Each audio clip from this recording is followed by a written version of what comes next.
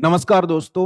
हम लोग अपने जीवन की कहानी खुद लिखते हैं और अपने फैसलों से लिखते हैं। जो भी आप जीवन में फैसला करेंगे, आपके आने वाली जो जीवन की कहानी है वो उसी फैसले के ऊपर टिकी होगी। आपके 12th के एग्जाम कंप्लीट हो चुके हैं और आप रिजल्ट का वेट कर रहे होगे, तो मैं आप सभी को एडवांस में ही शुभकामनाएं देता हूं कि आपका 12th का रिजल्ट शानदार रहेगा।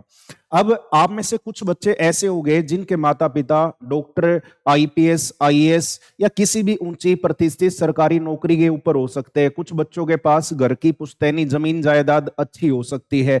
कुछ एक का अपना फैमिली बिजनेस हो सकता है, या किसी भी क्षेत्र में आपके माता पिता सफल व्यक्ति हो सकते हैं।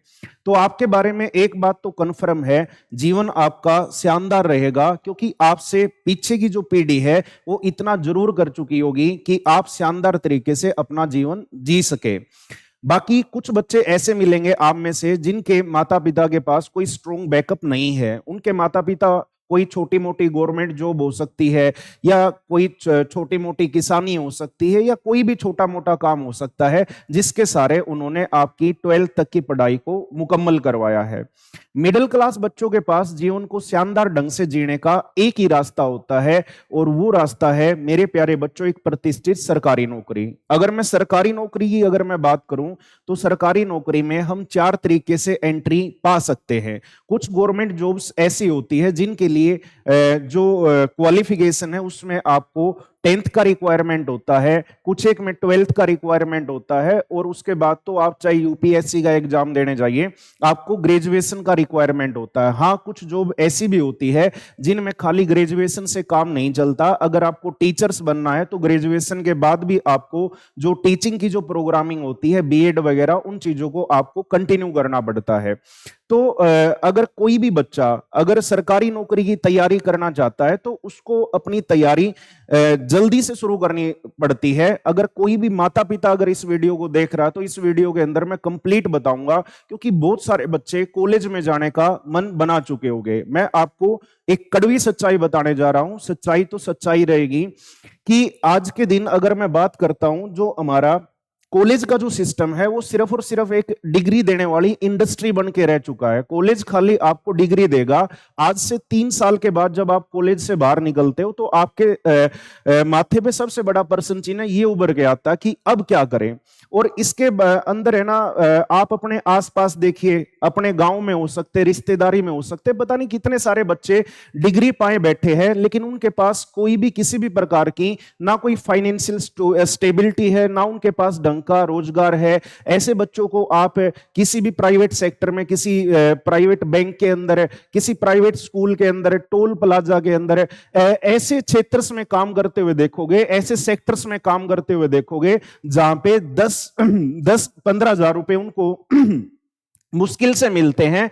और इन 10-15 हजार के बदले ये जो सेक्टर्स है, इनकी मानसिक हत्या करने में कोई कसर नहीं छोड़ते। आप अपने आसपास देख सकते हो। तो अगर आप भी एक अच्छी प्रतिष्ठित सरकारी नौकरी पाना चाहते हो, तो उसकी जो तैयारी है वो मेरे प्यारे बच्चों 12th के बाद स्टार्ट होती है। सबसे पहले तो अगर कोई भी पेरेंट्स इस वीडियो को देख रहा है, तो मैं आपको एक चीज बताता हूं। देखिए, जब भी हम 12th के अंदर जो पढ़ाई करते हैं, वहां पे हर बच्चे का टारगेट ये होता है कि मेरे इतने परसेंट मार्क्स आए, मेरी मेरिट आए, मुझे 90% से ज्यादा स्कोर करना है, ये करना है। लेकिन आप में से कुछ एक के माता पिता ऐसे होंगे जिन्होंने कॉलेज कंप्लीट किया होगा। खैर, ये तो 2000 क्या कहते हैं, सारे बच्चे 2000 के बाद वाले हैं जिनको जेनजी बोला जाता है। तो आपके माता पिता तो जरूर भाई, जिन्होंने ग्रेजुएशन की होगी, उन्होंने कॉलेज को देखा हुआ है।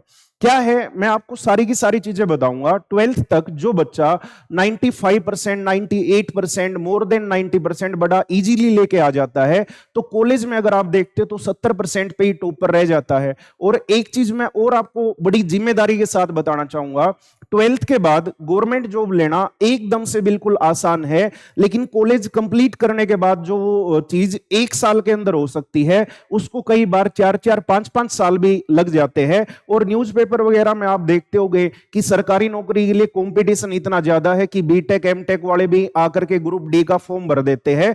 तो ये सारी की सारी चीजें, ये सारी की सारी समस्याएं बेटा एकदम से जन्म नहीं लेती। इनके पीछे एक पूरा का पूरा टाइम का इन्वेस्टमेंट होता है। अगर मैं मिडिल क्लास फैमिली की अगर बात करता हूं, तो मिडिल क्लास फैमिली के लिए इन्वेस्ट करने के लिए सिर्फ एक ही चीज होती है, समय। अगर कोई भी पेरेंट्स अगर इस वीडियो को देख रहा है तो आप पूरी जिम्मेदारी के साथ, अब मैं कुछ एक पॉइंट्स यहां आपके सामने रखने जा रहा हूं, उनको आप ध्यान से सुनना, क्योंकि आपने भी वो कॉलेज लाइफ जरूर जी होगी। कॉलेज में और जो स्कूल में है, बच्चे में कहां गैप आता है। जो चीजें हम 1 साल के अंदर मुकम्मल कर सकते हैं, उसी चीज को 3-3 4-4 साल भी क्यों लग जाते हैं, और 3-4 साल के बाद भी हमारा जो ड्रीम है वो कॉम्प्रोमाइज हो जाता है। तो इसके पीछे जो सबसे बड़ा जो कारण है ना, वो है अनुशासन का। देखिए मैं यहां पे आपको इस सामने पॉइंट बाइज पॉइंट इन सारे की सारी चीजों की चर्चा करूंगा। जैसे अगर मैं बात करता हूं, यहां मैंने सारा का सारा स्कूल सिस्टम और यहां पे सारा का सारा कॉलेज सिस्टम को एक्सप्लेन किया, और यहां पे मैंने पॉइंट्स रखे हैं। तो सबसे पहले तो यही आ गया कि डेली रूटीन आ गया। अगर आप कॉलेज के अंदर जाते हो तो कॉलेज के अंदर कोई भी रूटीन नहीं होता। बच्चा अपनी मर्जी से क्लास बंक कर सकता है, किसी क्लास में जाना हो, किसी क्लास में आना हो।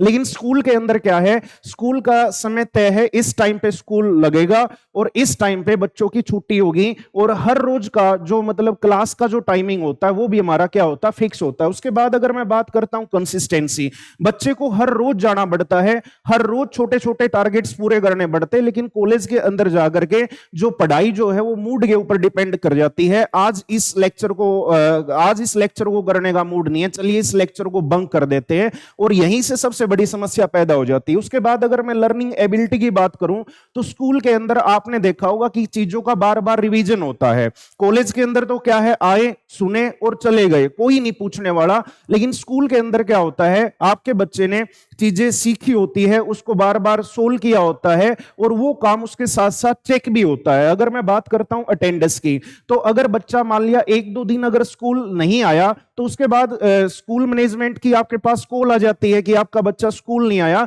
बट कॉलेज के अंदर कोई अटेंडेंस को पूछने वाला नहीं होता, क्या कहते हैं, और बच्चों की जो अटेंडेंस है जो स्कूल के अंदर मोर देन 95% होती है, वो कॉलेज के अंदर अगर आप देखोगे तो 40% अटेंडेंस भी मुश्किल से, क्योंकि एक माहौल ही ऐसा होता है। स्कूल के अंदर सारी की सारी रिस्पॉन्सिबिलिटी फैकल्टी के पास होती है, जबकि कॉलेज के अंदर जो सारे के सारे फैसले वो बच्चे के पास चले जाते हैं। उसी के साथ अगर मैं बात करता हूं यहाँ पे क्लासरूम कंट्रोल, क्लासरूम के अंदर अब जरूर स्कूल के अंदर आपने देखा होगा, स्कूल के अंदर अगर बच्चा मतलब कुछ भी इधर उधर की हरकत करता है तो उसको पनिश भी कर दिया जाता है।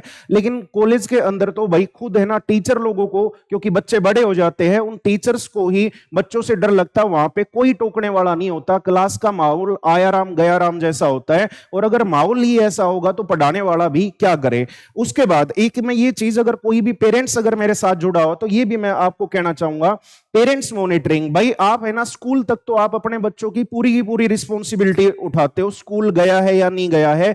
लेकिन आप भी जैसे ही बच्चा 18 साल का हो गया, उसके बाद आप ये मान लेते कि हाँ ये इतना बड़ा हो चुका है, ये सारे के सारे फैसले कर सकता है। भाई फिजिकली तो देखो बच्चे ने ग्रोथ हासिल कर ली है, लेकिन अगर मेंटल स्टेट की अगर मैं बात करूं तो इस उम्र के अंदर बच्चे के अंदर इतना जोश, इतना अग्रेशन होता है। अगर उस जोश अग्रेशन को सही प्रशिक्षण अगर ना मिले तो ये जोश जो है वो बच्चे की लाइफ को तबाह भी कर सकता है, क्योंकि इस स्टेज पे आके भटकना बहुत ज्यादा आसान होता है। क्योंकि आप देखते हो सारी की सारे अगर फैसले 18 साल में आके कोई बच्चा कैसे कर सकता है।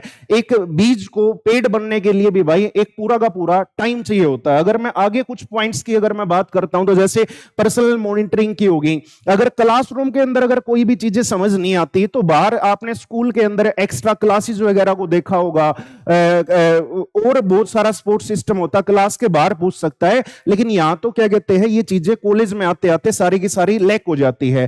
फ्रेंड सर्कल बड़ा इफेक्ट होता है, स्कूल के अंदर लिमिटेड है, दोस्त रहते हैं, क्योंकि दोस्ती करने का टाइम ही नहीं मिल पाता। सारा का सारा जो समय है वो किस में चला जाता है, सीखने के अंदर चला जाता है। लेकिन आप देखते हो भाई कॉलेज में जाते ही जिसका कोई भी दोस्त नहीं होता, उसका भी बड़ा बड़ा फ्रेंड सर्कल बन जाता है, और ये फ्रेंड सर्कल ही बच्चे को एक गलत डायरेक्शन के अंदर भेज देता है। अगर मैं उसके बाद में बात करता हूं रेगुलर टेस्ट, ये भी है भाई, स्कूल के अंदर रेगुलर आपको टेस्ट देने को मिलते हैं, कॉलेज के अंदर ऐसा कुछ नहीं होता। आपको है ना बहुत लंबे टाइम पीरियड के बाद सेशनल वगैरह देने होते हैं, तो उनको भी कुछ नहीं पूछता, कई बार बच्चे इनको भी स्किप कर देते क्योंकि फैसले बच्चे के हाथ में चले जाते।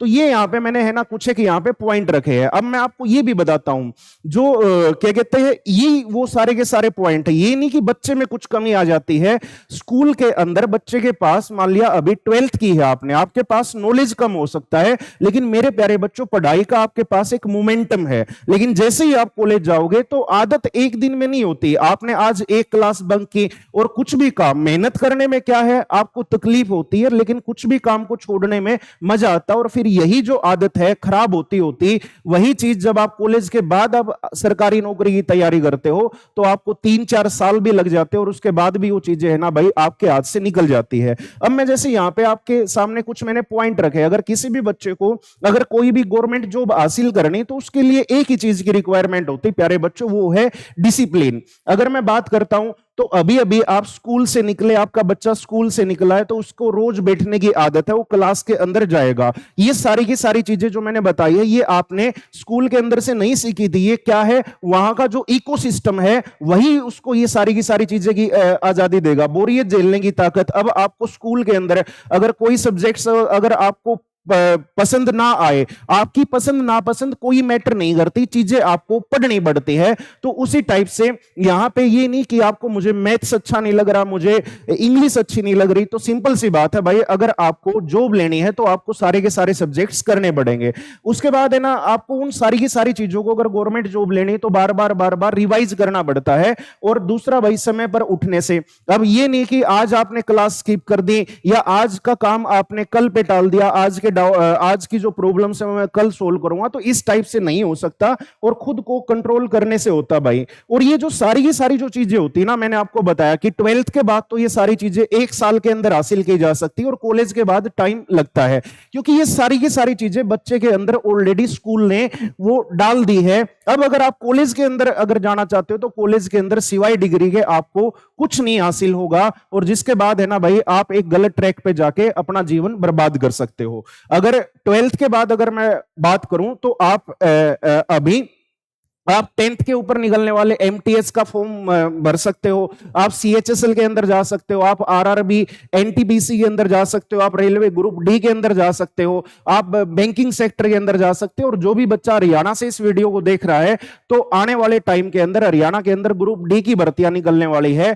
अगर मैं स्टेट गवर्नमेंट की अगर मैं बात करूं तो ये भर्तियां हर साल नहीं निकलती, तो आप आज इस साल निकलने जा रही, तो हो सकता है अगली बार आपको 3-4-5 साल का भी इंतजार करना पड़ सकता है। तो मैं आपको एक ही बात बोलूंगा, अगर आप मिडिल क्लास फैमिली से बिलोंग करते हैं तो आप सोच समझ के जाइए। आज ये मत सोचिए कि मुझे क्या करना है, आप ये सोचिए कि आने वाले 3 साल के बाद मैं कहां खड़ा होगा। अगर आप भी सरकारी नौकरी की तैयारी करना चाहते हो तो हम रेड स्क्वायर मार्केट हिसार के अंदर आपको कंप्लीट तैयारी करवाई जाएगी। अगर आप 1 साल हमारे पास कायदे से इन्वेस्ट करते हो तो आपको एसएससी सीजीएल तक के लिए हम तैयार कर देंगे।